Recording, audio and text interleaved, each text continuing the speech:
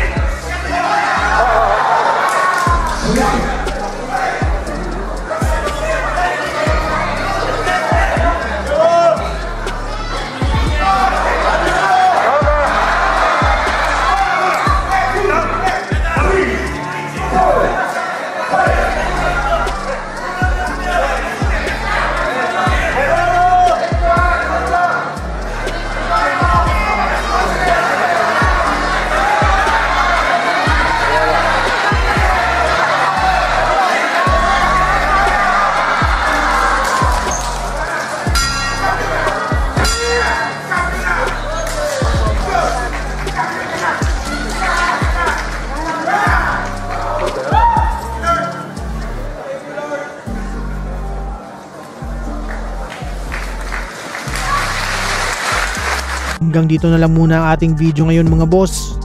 Kaya kung ngayon ka palang napadpad sa ating munting channel, mas maganda kung nakasubscribe ka na para lagi kang ma-notify sa ating mga bagong uploads.